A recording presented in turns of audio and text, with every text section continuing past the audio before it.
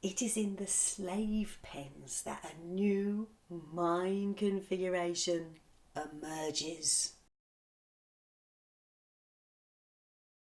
Here's the story so far.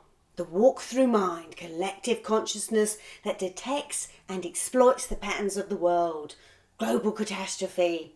Survival ensured by a new mind configuration, the bicameral mind. God's side commands, human side obeys. Rise of bicameral city kingdoms until in about 3,000 years BCE, catastrophe strikes again. Unless the mind can adapt and reconfigure once more, humankind is toast.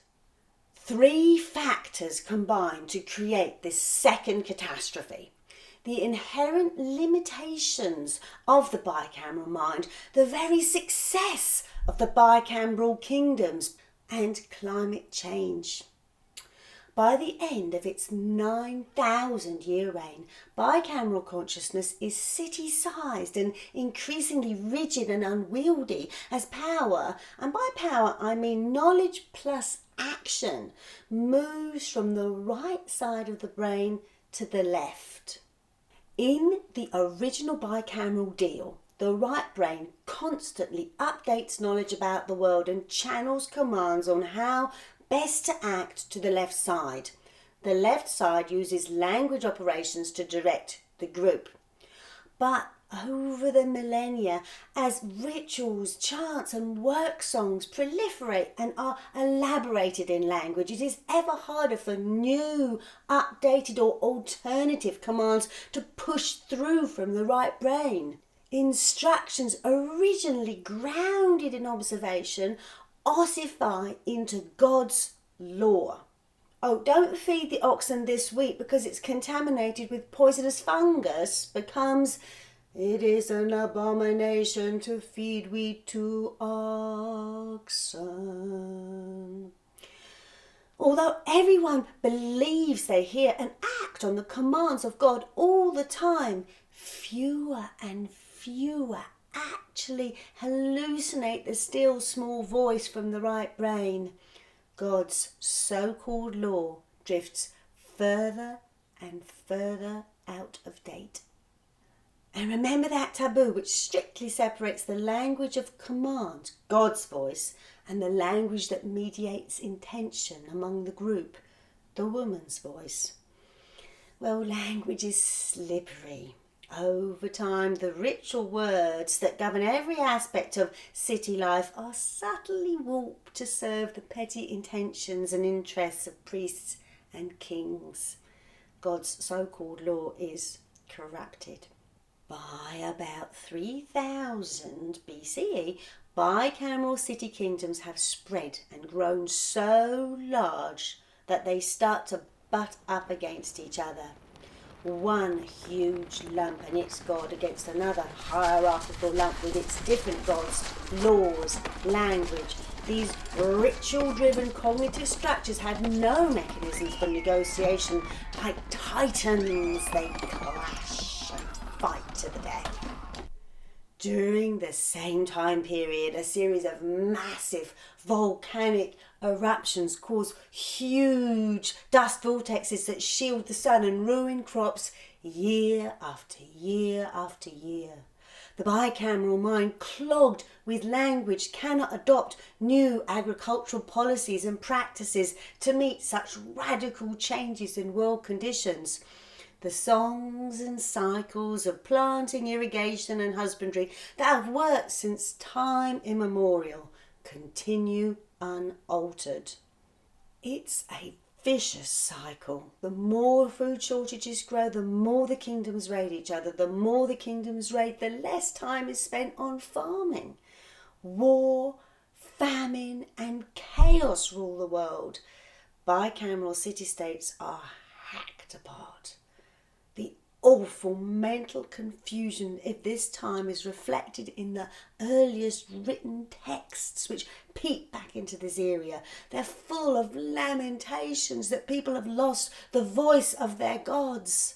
In a time of chaos, without the bulwark of ritual, when the channels to the right brain have closed. Suddenly there is no one there to tell them what to do.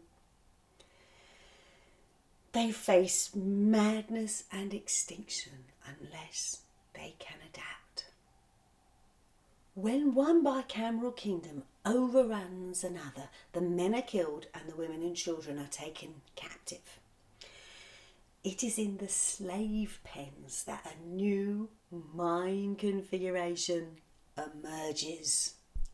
Imagine the confusion of these prisoners. Ripped from their city, effectively half their mind is gone. In secret, for their own language is forbidden, they remember old songs and rituals. They comfort and reassure each other using the language of intentions. They freely mingle the God's voice and the woman's voice. And from this unrestrained mingling emerges a sense of we, separate from the lump consciousness that is their captive city, a we that remembers other times, places, laws, gods, then. And here we see the hand of the right brain at work. In a miraculous analogical leap, these slave women and children start using a metaphor of mind space, a theatre of the mind where we can replay stories about our past, how we lived, what we did, who we really are.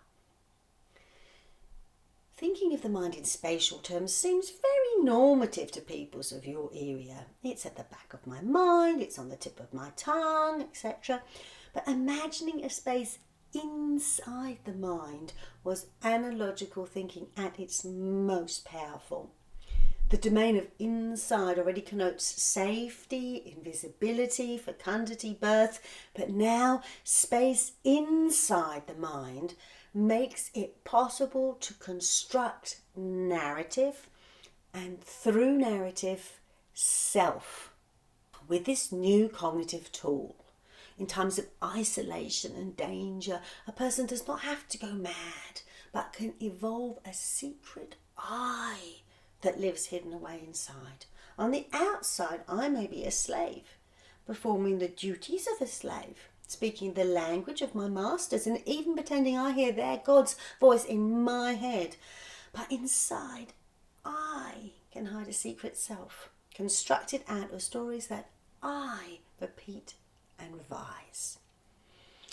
So, the I-struct mind, your very own mind configuration, takes the stage. I-struct.